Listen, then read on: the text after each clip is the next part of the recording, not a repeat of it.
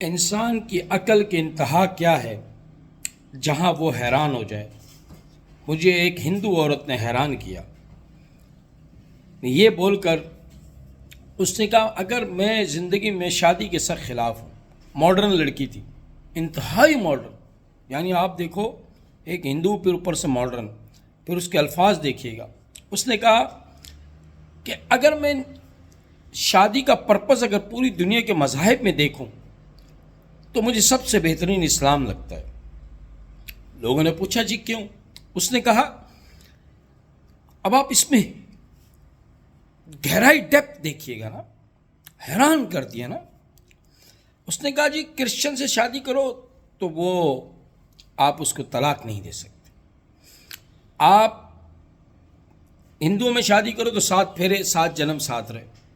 سبحان جاؤں، ہم نے کبھی یہ بات نہیں سوچی. اس نے کہا اگر اسلام میں اگر 2 میاں بیوی ساتھ نہیں رہ سکتے تو طلاق کا آپشن ہے.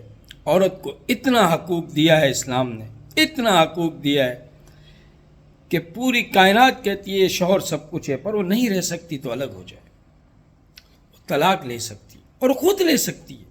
یہ اس وقت وہ حیران ہے کہ یہ بات اس وقت نبی نے کہی جب عورتوں کو کوئی پوچھتا نہیں تھا، جب عورتوں کی کوئی اوقات نہیں تھی.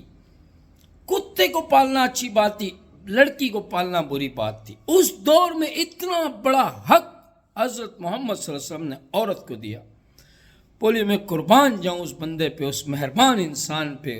وہ اگر شفیق نہیں ہے، وہ اگر مہربان نہیں ہے تو کون ہو سکتا ہے جس نے عورت کو پھر آگے چل کے کہتی ہے وہ کہ عورت کو اس کے بعد اتنے حقوق دیے کہ اس کو حق مہر دیا کہ یہ بیچاری کہیں ذلیل نہ ہوتی پھرے طلاق کے بعد، یہ خوار نہ ہوتی پھرے، یہ 2 روٹی کے نوالوں کے لیے لوگوں کے ساتھ زنا نہ کرے، لوگوں کے در پہ نہ پڑی رہے اور غیر مردوں کی منت نہ کرے. حق مہر اتنا ہو جائے کہ اس کا گزارا ہو جائے، اس کی زندگی گزر جائے.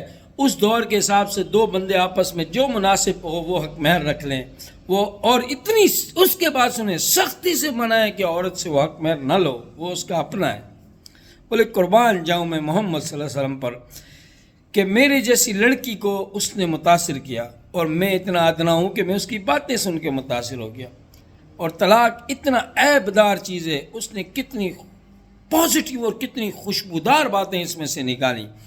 اب یہ قصہ سنانے کا مطلب ہے کہ اگر تم پازیٹیو رہو گے نا تو فرعون کے گھر سے بھی نیکی اٹھا کے لاؤ گے، اور اگر تم نیگیٹو رہو گے نا تو نبی کے گھر سے بھی کوئی کچرا اور گند اٹھا کے لاؤ گے دماغ میں.